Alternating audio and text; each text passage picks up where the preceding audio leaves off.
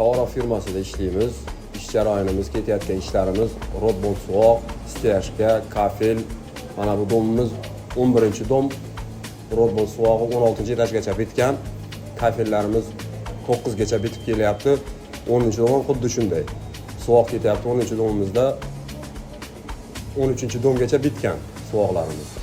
Biz bilan ishlashayotgan firma mahsulotlarga keladigan bo'lsak, rodbond, Knof rodbonddan foydalanyapmiz.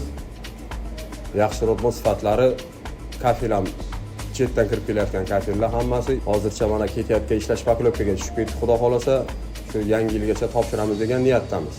Ish jarayonimiz yaxshi ketyapti. Uzluksiz materiallarimiz o'z vaqtida yetib kelyapti. Hamma narsasi yaxshi.